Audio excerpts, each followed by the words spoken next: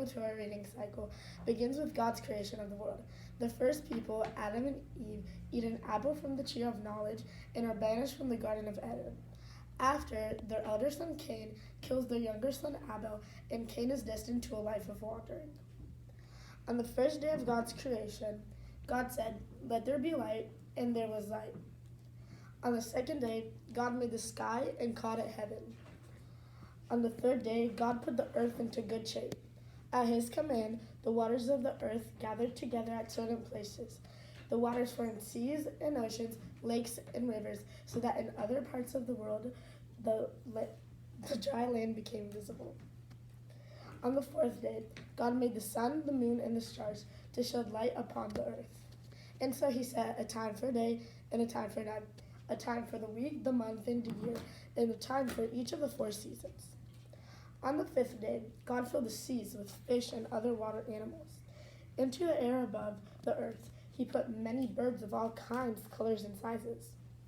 On the 6th day, he created all the other animals, large and small, those that walk and those that creep or crawl on the earth. And towards the end of the 6th day, God put a divine soul into a body, which he made of earth and clay, Adam. This was the human. By the 7th day, everything was created and put into shape and order, and God rested on the 7th day, and he glorified it as a day of rest. Therefore, we should work for 6 days and rest on the 7th day, Shabbat, which God blessed and sanctified for all time to come. By observing the Shabbat day, we show that we believe in a God as the creator of the world. So there's a little part of the 7 first sentences of Bereishit. I'm going to read it to you guys in English. If you want, I can also read it in Hebrew after. So, in the beginning of God's creation of the heavens and the earth. Now the earth was instinctively empty, and darkness was on the face of deep. And the Spirit of God was hovering over the face of the water.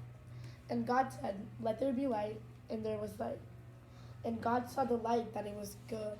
And God separated between the light and between the darkness. And God called the light day, and the darkness he called night.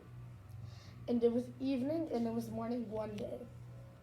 And God said, "Let there be an expanse in the midst of the water, and let it be a separation between water and water." And God made the expanse, and it separated between the water that was below the expanse and the water that was above the expanse. And it was so. Adam and Eve. Adam was the first human being on earth. The first chapter of Genesis states that God made Adam on the 6th day of the creation, fashioning him in his own image and giving him dominion over the rest of creation. The first woman, Eve, is perhaps the best known female figure in the Hebrew Bible. Her identity comes out from her role in the Garden of Eden story. Mark of Cain. Mark of Cain, in Hebrew Ot Cain, was one of the things that really interested me in Bereishit. Adam and Eve have 3 children, Cain, Abel, and Seth.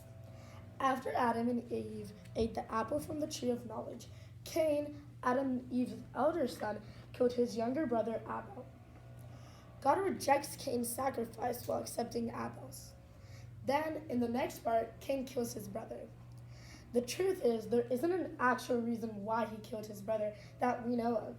Like a lot of things that happened in the Torah that we don't know 100% what happened there. Me and a lot of other people believe that he killed his brother because of jealousy. Of course, there are a lot of different thoughts to that question. A moral/lesson to be learned from Bereishit. 7 different times during the story of how God created the universe, we read some variation of, "and God saw that it was good." Why is this repeated so often? Of course, God knows his creations were good. He created them. This repetition is to teach us gratitude for natural wonders such as the beautiful stars. So that's it. Now we have the game.